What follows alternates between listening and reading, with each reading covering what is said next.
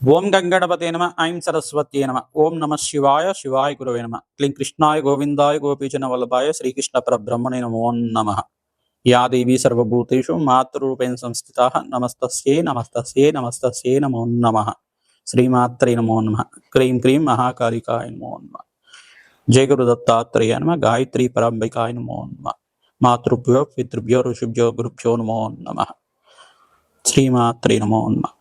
YouTube ప్రేక్షకులందరికీ కూడా నమస్కారం అండి. నేను పాలపర్తి గురునాథ శర్మ, జ్యోతిష్యం వాస్తు సిద్ధాంతని.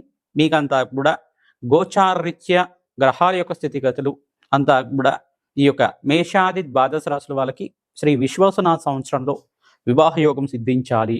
ఆ ఏ రాశి వాళ్ళని ఏ రాశి వాళ్ళు వివాహం చేసుకుంటే గనక శీఘ్ర వివాహ యోగం సిద్ధిస్తుంది, అసలు జాతక చక్రం అంతా కూడా వివాహ యోగానికి ఎటువంటి పరిష్కారాలు ఆచరించాలి, ఏ రాశి వాళ్ళని చేసుకోకూడదు అనేది తెలుసుకుంటే కనుక శీఘ్రంగా వివాహ యోగం సిద్ధించడానికి ఆస్కారం ఉంటుంది. అసలు కళ్యాణము అంటే జాతకరీత్యా ప్రధానంగా చూసుకుంటే ఈ యొక్క పూర్వజన్మలో చేసుకున్న పుణ్య ఫలితాన్ని అంతా కూడా ఆనందకరమైన జీవితం అంతా కూడా జీవించడానికి ప్రతి ఒక్క మానవుడంతా కూడా ప్రభావితం చేయడానికి వంశాభివృద్ధికి కారణమవుతుంది. ప్రధానంగా చూసుకుంటే వధూవరుల యొక్క వివాహం అంతా కూడా శీఘ్రంగా జరగడానికి కూడా, ఆలస్య వివాహాలకి జరగడానికి కూడా దానికి ఒక కారకత్వాలు అనేది ఉంటాయి అన్నమాట.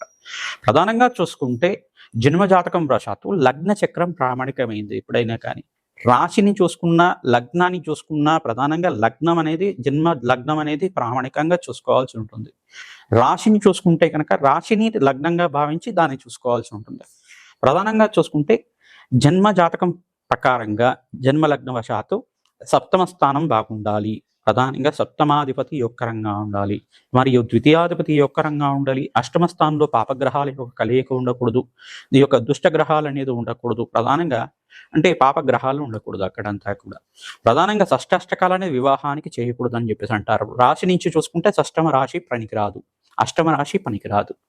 మరియు చూసుకుంటే వివాహం అనేది కూడా వైవాహ జీవితం అనేది చాలా శ్రేష్టమైన జీవితంగా చెప్పడం జరుగుతుంది. గృహస్థాశ్రమ జీవితం అని చెప్పేసి అంటారు. ప్రధానంగా చూసుకుంటే అన్యోన్యమైన దాంపత్యము, సుఖమైన జీవితం జీవించడానికి, భోగభాగ్యమైన జీవితం జీవించడానికి ప్రధానంగా ఎవరైతే గనక ప్రతినిత్యం కూడా అమ్మవారి ఆరాధన చేస్తారో జాతకరీత్యా సర్వ వివాహ ప్రతిబద్ధంగా దోష నివారణంతా కూడా జరిగి శీఘ్రంగా అతి శీఘ్రంగా కళ్యాణ యోగం సిద్ధించడానికి ఆస్కారం ఉంటుంది.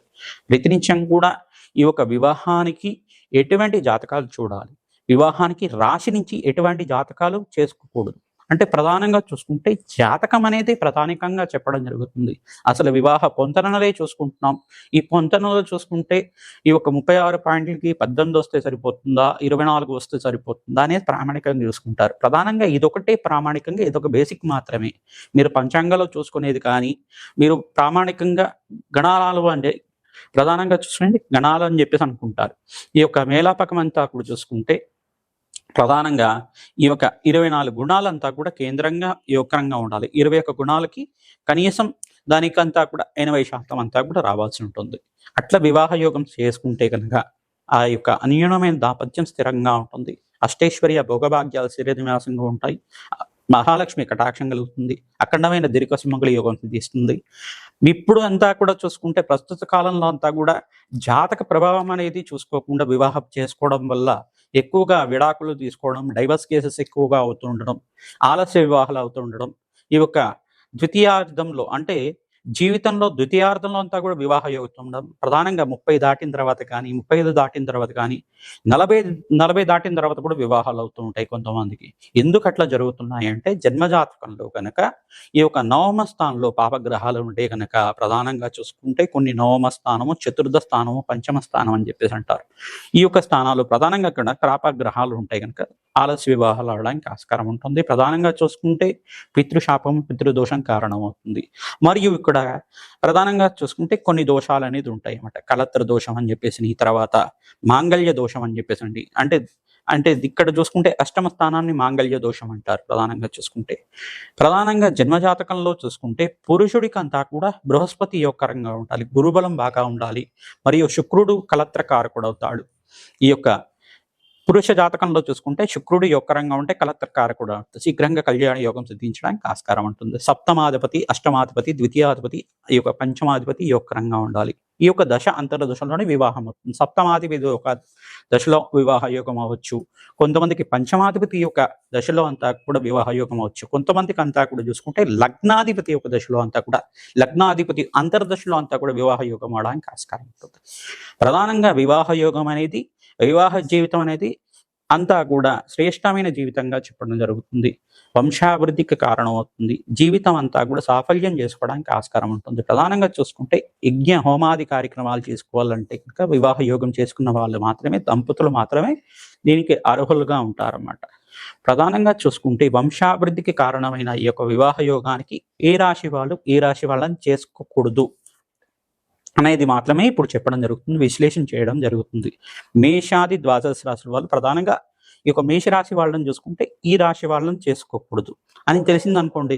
ప్రధానంగా మీకంతా కూడా ఎటువంటి జాతకాలు చూసుకోవాలి, దీని ప్రామాణికం అంతా కూడా ఏ రకంగా చూసుకోవాలి అనేది విశ్లేషణ చేసుకుంటే కనుక, జన్మ జాతకాన్ని పొంతలను చూసుకుంటే, కంపారిబిలిటీ చూసుకుంటే కనుక అందరికీ కూడా తెలుస్తుంది.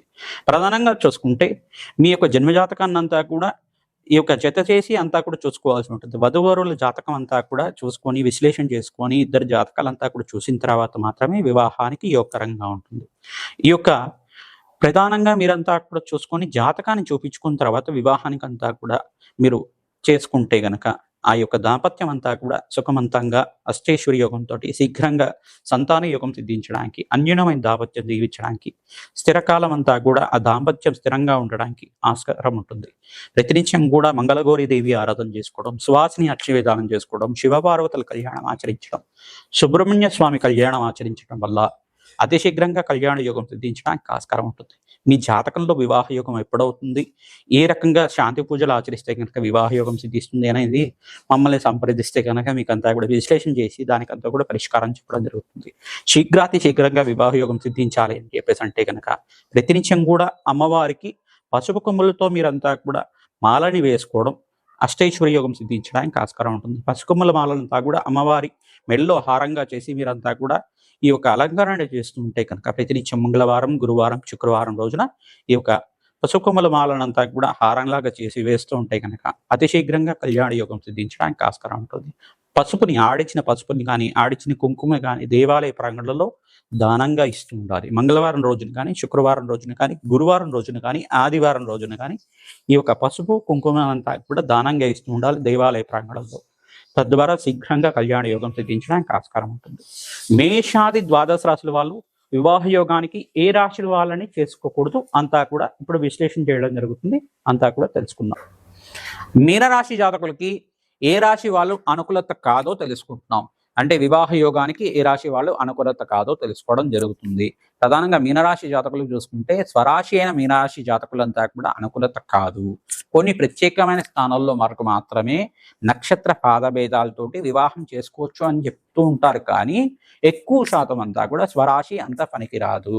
ఎందుకు పనికిరాదు అని చెప్పేసి అంటే మహర్దశ అంతా కూడా చూసుకుంటే ఒకటే మహర్దశ జరగచ్చు, కానీ అంతర్దశలో కూడా కొన్ని పాపగ్రహాల యొక్క కలయిక ఉండొచ్చు, పరస్పరంగా వైరం ఉండొచ్చు, ఎటువంటి ప్రతిబంధకాలు ఉండొచ్చు, మనస్పర్ధలు రావచ్చు, గొడవలు కావచ్చు. కానీ ఇక్కడ చూసుకుంటే అన్యోన్యత లోపించడం కానీ, ఈ యొక్క దాంపత్యంలో విభేదాలు రావడం కానీ, ఎటువంటి సఖ్యత లేకపోవడం కానీ, మనశ్శాంతి లేకపోవడం కానీ, ఆర్థిక సమస్యలు మెండుగా ఉండడం కానీ జరుగుతూ ఉంటుంది. వ్యాపారంలో లాభ నష్టాలు రావడం కానీ, ప్రధానంగా చూసుకుంటే విదేశంలో స్థిరత్వం కోసం భర్త వెళ్ళడం, ఈ యొక్క భారతదేశంలో ఈ యొక్క భార్య ఉండడం, పిల్లలు ఒక చోట భర్త ఒక చోట బతుకుతూ ఉండడం ఇటువంటివి జరుగుతూ ఉంటాయి. అందుకని చెప్పేసి మీనరాశి జాతకులని అంతా కూడా వివాహానికి అనుకూలత కాదు. ఎందుకంటే ఏలినాటి శని ప్రభావం కూడా వీళ్ళకి ప్రారంభమైంది. ఏలినాటి శని ప్రభావం అంతా కూడా ఉంది కాబట్టి గోచారిత్య అంత అనుకూలత కాదు. మరియు ద్వితీయ వ్యయస్థానాలు అంతా కూడా అనుకూలత కాదు అని చెప్పేసి అంటారు. ద్వితీయ ద్వాదశ రాశులు అంతా కూడా యోగం అంటారు. ద్వితీయ ద్వాదశ యోగం అంతా కూడా అంత యోగకరం కాదు అని చెప్పేసి అంటారు. ప్రధానంగా చూసుకుంటే ద్వితీయ రాశి అంతా కూడా మీనరాశి నుంచి చూసుకుంటే మేషరాశి అవుతుంది. ఇది అనుకూలత కాదు. గ్రహమైత్రి ఉన్నప్పటికీ కూడా నక్షత్ర బంధనాలు కుదరకపోవచ్చు. మరియు ఇక్కడ చూసుకుంటే మిత్రత్వం కుదరదు, సఖ్యత కుదరదు. అందుకని చెప్పేసి ఇక్కడ మేషరాశి జాతకులు కూడా ఏలినాడి శని ప్రభావం ఉంది, మీనరాశి జాతకులు కూడా ఏలినాడి శని ప్రభావం ఉంది. అంత అనుకూలత ఉండదు. మళ్ళా వ్యయ స్థానం అంతా కూడా అనుకూలత కాదు. కుంభరాశి జాతకులు కూడా మీనరాశి జాతకులకి అంత అనుకూలత కాదు అని చెప్పేసి చెప్పడం జరుగుతుంది. ఎందుకని చెప్పేసి ప్రతినిత్యం కూడా ఈ యొక్క అనుకూలత లేకపోవడం కానీ, ఎందుకంటే మీ జాతకరీత్యా ప్రభావం అంతా కూడా మీ యొక్క సంతానం మీద పడుతూ ఉండడం, మీ యొక్క వైవాహ జీవితం మీద పడడం వల్ల అన్యోన్యత సఖ్యత లోపం అనేది జరుగుతూ ఉంటుంది. అందుకని చెప్పేసి ఇంత విశ్లేషణ చేస్తున్నాం. మీనరాశి జాతకులు, కుంభరాశి జాతకులకి వ్యయ స్థానం అవుతుంది, 12వ రాశి అవుతుంది. అందుకని చెప్పేసి అనుకూలత కాదు. ప్రతినిత్యం కూడా మనస్పర్ధలు రావడం కానీ, అన్యోన్యత లోపొచ్చడం కానీ, మీనరాశి జాతకులకు స్వభావం ఏ రకంగా ఉంటుంది, సాత్వికంగా ఉండడానికి ప్రయత్నం చేస్తుంటారు, ముండితనం ఎక్కువగా ఉంటుంది, మాట పట్టింపు ఎక్కువగా ఉంటుంది, మనస్పర్ధలు రావడానికి ఆస్కారంగా ఉంటుంది. ఇక్కడ కుంభరాశి జాతకంలో ఒక ప్రభావం కూడా ఆ రకంగా ఉంటుంది. సాత్వికంగా ఉండడానికి ప్రయత్నం చేస్తుంటారు, దైవ చింతనలో ఉంటారు, అధార్మికమైన దాన ధర్మాలు చేసుకోవడానికి ప్రయత్నం చేస్తుంటారు. ఇటువంటి స్వభావం అంతా కూడా, గుణాలంతా కూడా కుదరవు. కాబట్టి కుంభరాశి జాతకులు, మీనరాశి జాతకులకి అంత యోగకరం కాదు. మరియు చూసుకుంటే సమసప్తకాలు అంతా కూడా చూసుకుంటే సమసప్తకాలు అయిన కన్యారాశి జాతకులు కూడా అంత యోగకరం కాదు. ఈ యొక్క మీనరాశి జాతకులకి కన్యారాశి అంతా కూడా గ్రహమైత్రి కుదరదు. సప్తమ రాశి అయిన కన్యారాశి అంతా కూడా అనుకూలత కాదు. మరియు చూసుకుంటే అష్టమ స్థానం అంతా కూడా మిత్రత్వం లేకపోయినా ఇక్కడ తులరాశి జాతకులంతా కూడా అంత అనుకూలత కాదు. ఎందుకంటే తులారాశి అధిపతి శుక్రుడు అవుతాడు, మీనరాశి అధిపతి అంతా కూడా బృహస్పతి అవుతాడు. షష్టాష్టకాలు పనిచేయవు కాబట్టి అష్టమ స్థానం అంతా కూడా అనుకూలత కాదు. మీనరాశి జాతకులకి తృతీయ రాశి అయిన వృషభ రాశి కూడా అంత అనుకూలత ఉండదు. పాపస్థానం అని చెప్పేసి అంటారు. తృతీయ స్థానం అంతా కూడా పాపస్థానం అంటారు. అంత అనుకూలత ఉండదు. కాబట్టి వృషభ రాశి జాతకులు అంత అనుకూలత ఉండదు. గ్రహమైత్రి కుదరదు కాబట్టి అంత అనుకూలత ఉండదు అని చెప్పడం జరుగుతుంది. మరియు ఇక్కడ చూసుకుంటే షష్టమ స్థానం అంతా కూడా అనుకూలత కాదు.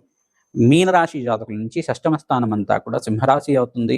షష్టమ స్థానం కూడా అనుకూలత కాదు అని చెప్పడం జరుగుతుంది. మీనరాశి జాతకులకి వివాహ యోగం ఎప్పుడు అవుతుందంటే అక్టోబర్ 18, 19 తర్వాత బృహస్పతి అంతా కూడా కర్కాటక రాశిలో ప్రవేశం చేయడం, బృహస్పతి అంతా కూడా గురుబలం సిద్ధించడానికి ఆస్కారం ఉంటుంది. 45 రోజుల దాకా డిసెంబర్ 6వ తారీఖు దాకా ఈ యొక్క కర్కాటక రాశిలో అతిచారంలో సంచారం చేస్తారు. మరియు తర్వాత తిరోగమనంలో యథాస్థానంలో ఉండే మిథున రాశికి అంతా కూడా సంచారం చేయడం, ముందుకు వెళ్తూ ఉండడం, వెనక్కి రావడం జరుగుతూ ఉంటుంది. అతిచారంలో సంచారం చేయడం జరుగుతుంది. తద్వారా మీకు అంతా కూడా వివాహ యోగం సిద్ధించడానికి ఆస్కారం ఉంటుంది. తద్వారా గురుబలం కుదరాలి, శుక్రుడి యొక్కరంగా ఉండాలి, జాతకరీత్యా సప్తమాధిపతి యొక్కరంగా ఉండాలి, పంచమ స్థానంలో పాపగ్రహాలు గోచారీత్యా ఉండకూడదు. ఇటువంటి గ్రహస్థితి అంతా కూడా లోతైన విశ్లేషణ చేసుకోవాల్సి ఉంటుంది. మీకు దీర్ఘ సుమంగళి యోగం సిద్ధించాలి, అతి శీఘ్రంగా కళ్యాణ యోగం కలగాలి అంటే స్త్రీలంతా కూడా సువాసిని దేవి పూజా విధానం చేసుకోవాలి. మంగళగౌరి నోములు కానీ, కాత్యాయని నోములు కానీ తరచుగా చేసుకోవడం, సువాసిని అర్చన విధానం ప్రతినిత్యం కూడా చేసుకోవడం, మంగళవారం, గురువారం, శుక్రవారం, ఆదివారం రోజుల్లో అంతా కూడా ఆచరించడం అతి శీఘ్రంగా కళ్యాణ యోగం సిద్ధించడానికి ఆస్కారం ఉంటుంది. శివపార్వతుల కళ్యాణం తరచుగా చేసుకుంటూ ఉండాలి. ఈ యొక్క రుక్మిణి కళ్యాణం అంతా కూడా తరచుగా చేసుకోవడం, సీతారాముల కళ్యాణం చేసుకోవడం, సుబ్రహ్మణ్య శాంతి హోమాది కార్యక్రమాలు, సుబ్రహ్మణ్య మూలమంత్ర జపం అంతా కూడా ఆచరించడం, సుబ్రహ్మణ్య కళ్యాణం ఆచరించడం, లక్ష్మీ నరసింహస్వామి కళ్యాణం ఆచరించడం వల్ల అతి శీఘ్రంగా కళ్యాణ యోగం సిద్ధిస్తుంది. పశువ కొమ్ముల మాల అంతా కూడా అమ్మవారి మెడలో హారంగా వేస్తూ ఉండడం వల్ల అతి శీఘ్రంగా కళ్యాణ యోగం సిద్ధించడానికి ఆస్కారం ఉంటుంది. ఓం శరవణ బాబాయ నమః నామాన్ని ప్రతినిత్యం కూడా జపాన్ని ఆచరించాలి. మేము చేసే దత్తాత్రేయ శాంతి హోమాది కార్యక్రమాలు, మేధా దక్షిణామూర్తి శాంతి హోమాది కార్యక్రమాల్లో పాల్గొనండి. మేధా దక్షిణామూర్తి శాంతి హోమాది కార్యక్రమాల్లో పాల్గొనడం వల్ల గురు కటాక్షం లభిస్తుంది. అతి శీఘ్రంగా కళ్యాణ యోగం సిద్ధిస్తుంది. బగలాముఖి శాంతి హోమాది కార్యక్రమాలు, ప్రత్యంగరాదేవి శాంతి హోమాది కార్యక్రమాలు, బగలాముఖి శాంతి హోమాది కార్యక్రమాల్లో గురుబలం కలుగుతుంది. అతి శీఘ్రంగా కళ్యాణ యోగం సిద్ధిస్తుంది. ఎటువంటి మనస్పర్ధలు కానీ, చికాకులు కానీ ఉన్నా కానీ తిరిగిపోతాయి. ఆనందమైన జీవితం జీవించడానికి, అన్యోన్యమైన దాంపత్యం కలగడానికి ఆస్కారం ఉంటుంది. శ్రీమాత్రే నమః.